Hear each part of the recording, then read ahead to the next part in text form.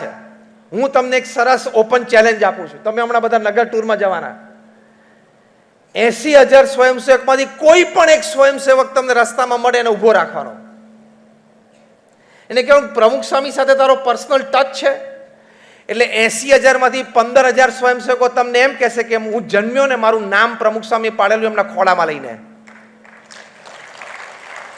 80,000માંથી 10,000 સ્વયંસેવકો એમ કહેશે કે મારા જીવનમાં કટોકટીનો પ્રશ્ન હતો ને મેં પ્રમુખ સ્વામીને રાત્રે 9 વાગે ને રાત્રે 12 વાગે ફોન કર્યો ત્યારે એમણે મારો ફોન અટેન્ડ કરેલો. 80,000માંથી બીજા 10,000 સ્વયંસેવકો એમ કહેશે કે મારા ઘરના વાસ્તુ પૂજનમાં પ્રમુખ સ્વામી મહારાજ આવેલા. અહીંયા તમે એમની ટાઈમલાઈન જોશો એટલે ખબર પડશે. એક ટાઈમલાઈનમાં ફોટોગ્રાફ છે. એક જણાએ કીધું કે સ્વામી મને મારા જ્યોતિષે મુહૂર્ત કાઢી આપ્યું છે અને રાત્રે 3 વાગ્યાની દુકાનનું ઉદ્ઘાટન છે. પ્રમુખ સ્વામી કે હું આવીશ અને રાત્રે 3 વાગે પ્રમુખ સ્વામીના દુકાનનું ઉદ્ઘાટન કર્યું. 80,000માંથી બીજા 10,000 સ્વયંસેવકો તમને એમ કહેશે કે મારા લગ્નનું અથવા મારા દીકરાનું નામ એ પ્રમુખ સ્વામી મહારાજે નક્કી કર્યું. 80,000માંથી 10,000 સ્વયંસેવકો તમને એવા મળશે કે જેમની દુકાન અથવા કારખાનાનું ઉદ્ઘાટન કરવા પ્રમુખ સ્વામી મહારાજ ગયા હોય. This is the personal touch that is called family living. અને તમે તમારા એક જ દીકરાને સાંજે 6 વાગે ફોન કરો, બેટા તારા બર્થડેની પાર્ટી હતી પણ આ થોડું કારખાના મોડું થઈ ગયું તો હું 7 વાગ્યા સુધી નહીં પહોંચી શકું. ધૂળમાં ગયું તારું કારખાનું. You don't know what is work life balance. પ્રમુખ સ્વામી મહારાજે કેટલું સાચવ્યું લોકોનું. That is success in life. તમારે એક નવી દુકાન કે એક નવી ઓફિસ એક નવા શહેરમાં ખોલવી હોય, કેટલો વિચાર, કેટલા રિસોર્સિસ અને કેટલા દિવસો જોઈએ. ઇન્ડસ્ટ્રી વાળા છે ને એક મેન્યુફેક્ચરિંગ નાનું યુનિટ એક નવું એક જ લેથ મશીન લાવવું હોય ને, એક જ નવું લેથ મશીન તો પણ શું થાય તમને ખબર છે?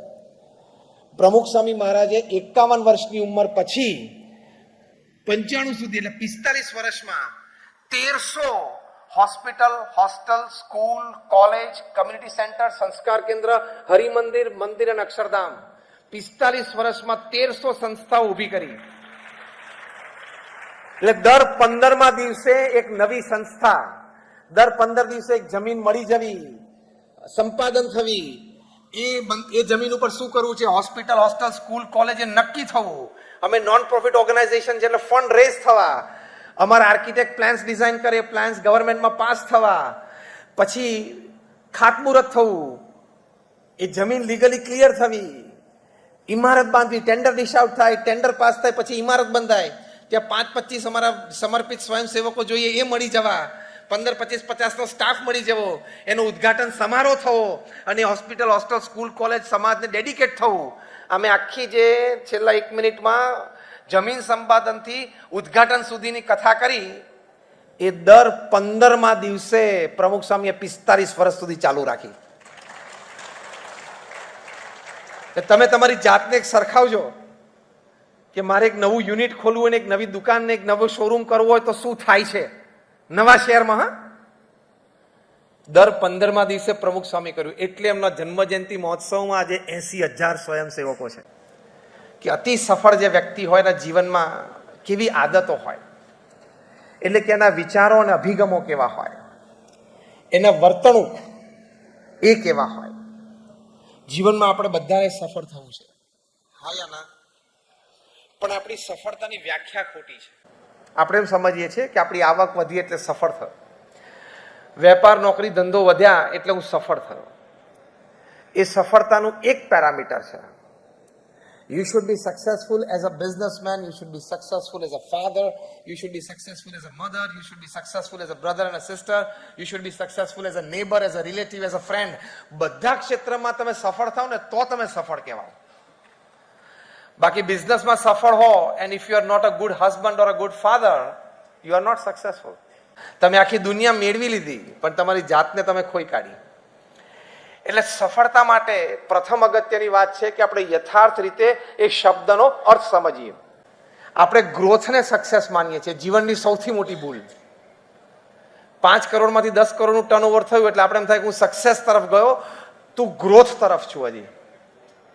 Let me clearly define you the difference between growth, progress and success. Increasing the turnover is growth. A increase વખતે તમે એથિક્સ, નોર્મ્સ અને ડિસિપ્લિન્સને વળગી રહ્યા, એ પ્રોગ્રેસ. અને એ પ્રોગ્રેસમાં હ્યુમેનિટી, મોરાલિટી અને સ્પિરિચ્યુઆલિટી આવી, એ સક્સેસ. આ બિગ ડિફરન્સ છે. એવા જે સક્સેસફુલ વ્યક્તિઓ છે એના જીવનમાં જે 7 આદતો હતી એ તમારી પાસે વર્ણવું છું.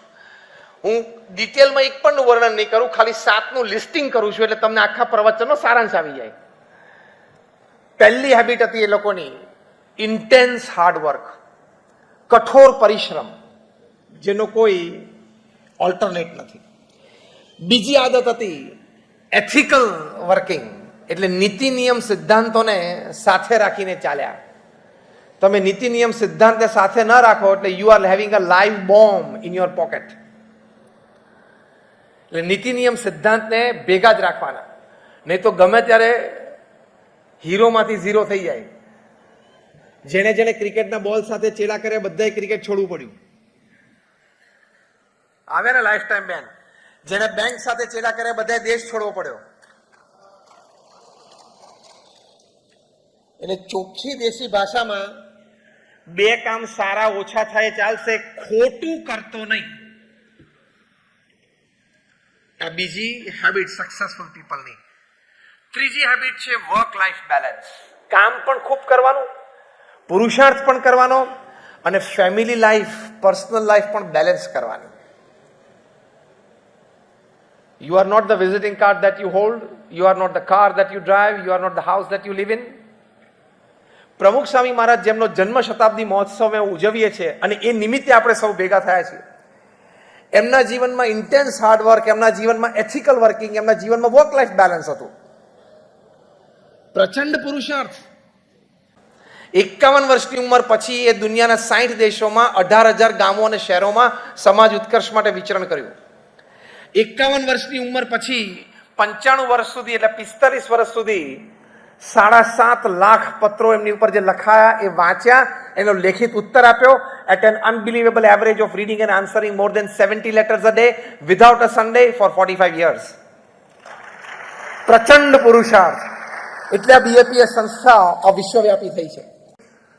Intense hard work, ethical working, third is work life balance, fourth is personal life, health, hygiene and hobby. Fifth, એમાં 2 મુદ્દા છે. નૈતિકતા, પ્રામાણિકતા એ મોરાલિટી છે, એ 5મો મુદ્દો છે. અને સ્પિરિચ્યુઆલિટીમાં 2 વાત છે, faith in God and attachment with God. Faith અને અટેચમેન્ટમાં ફેર છે. ભગવાનમાં શ્રદ્ધા હોવી અને ભગવાન સાથે જોડાણ હોવું એમાં બહુ જ ફેર છે. શ્રદ્ધા તો બધાને નાની મોટી હોય, પણ કંઈક નામ સ્મરણથી, પ્રાર્થનાથી તમે ભગવાન સાથે જોડાયેલા રહો. તમને અહીંયા નગર દર્શનમાં પ્રમુખ સ્વામી મહારાજના જાયન્ટ સ્કલ્પચર ખાલી હાથ એક્ઝિબિટ કર્યો છે. પ્રમુખ સ્વામીના હાથે શું કર્યું તો એક હાથમાં મોટી પેન છે, એટલે આપણે ઊભા છે ને આપણા કરતા સાઈઝ કરતા મોટી પેન છે, એટલું મોટું સ્કલ્પચર છે.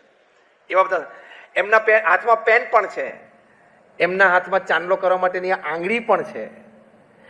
કોઈની સાથે હાથ મિલાવે છે તો કોઈને સાથ સહકાર આપવાની ભાવના પણ છે.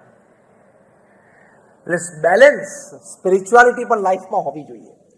50,000થી વધારે રિસર્ચ પેપર્સ દુનિયામાં મેન ઓફ સાયન્સે પબ્લિશ કરેલા છે, જ્યાં પ્રાર્થનાથી, નામ સ્મરણથી, મંદિરમાં દર્શનથી, સત્શાસ્ત્રોના વાંચનથી તમને ફિઝિકલ, મેન્ટલ અને ઇમોશનલ શું લાભ થાય છે ને, કેવા પ્રકારના હાર્મોન્સ બોડીમાં સિક્રેટ થાય, તમને stability, peace, good decision making, positive attitudes, એ આમાંથી કેવી રીતે મળે છે ને, એવા વૈજ્ઞાનિકોએ 50,000 રિસર્ચ પેપર તૈયાર કર્યા છે.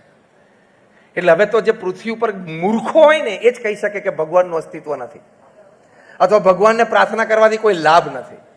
વિજ્ઞાને સાબિત કર્યું છે. એટલે આ 7 હેબિટ હાઈલી સક્સેસફુલ પીપલની છે.